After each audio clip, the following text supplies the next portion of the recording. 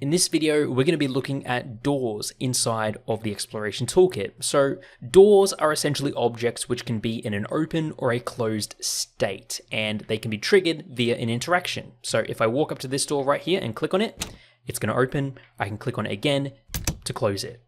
This door right here requires a key to open. Okay, it's locked. If I try and open it, it's going to play a lock sound.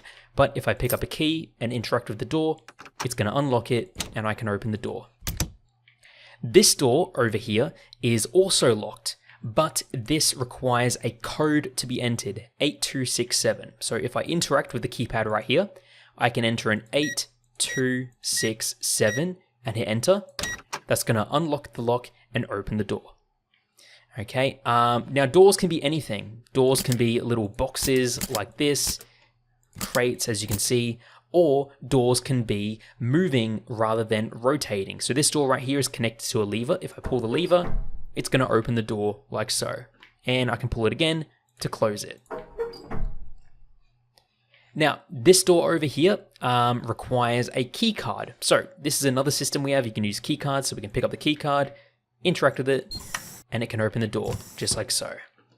And this right here is a look at how we can set up cupboards and drawers using doors. So you can interact with a cupboard. And of course, down here, we have a little code. So if we open up this little code enter here, we can go 0000, and that is going to open up this door right here. And there we go. So yeah, that is how we can set up doors in the toolkit. Now let's have a look at how they work component-wise. So here I am inside of the doors demo scene, and what I'm going to do is select a door right here to have a look at it. So essentially with a door, it is run via the door component. Now inside the door component, you're going to have a bunch of different options which you can of course define here. For example, the type of door. Is it a door that swings rotationally or does it slide back and forth? You can define that here.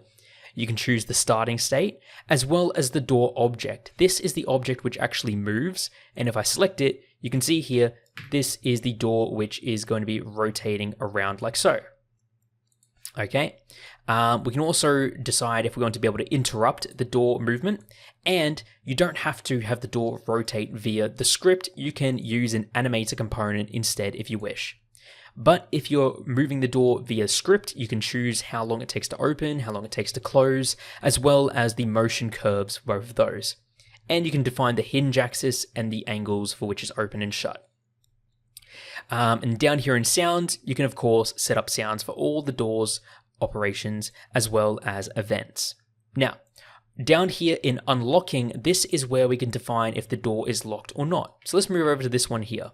If I select this door, you can see I can determine if the door is locked at the start, which means it's not going to open when we interact with it. And down here, we can determine if we want to have a key to open the door. So here, as you can see, it is enabled and it requires a key unlockable component. So for this door here, for example, let's set that up. What I can do is enable start locked and then can open with key. This is going to require a key unlockable. I can create a new one right there. That's going to add a new component, which we can define the key. Now we can choose between a pickupable, item data, or a stat. Pickupable, we can define this to be the key right here by simply finding that key and dragging it in. Now, when we interact with this door with that key in hand, it is going to unlock it. If you have items in inventory set up, you can instead set this to be an item in the inventory or a player stat. Now, here with this door, this is connected via a keypad, which we'll go over in another video.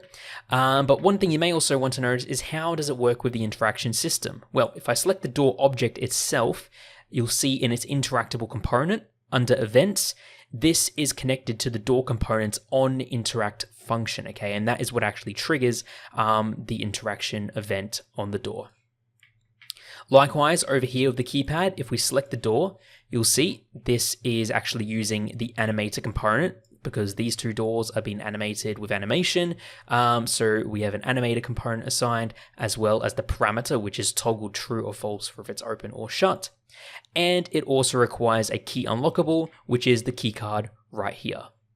Now, this door right here, which moves up and down, this is set to type sliding, and essentially it looks very similar to the rotation, but instead it has a closed position and an open position.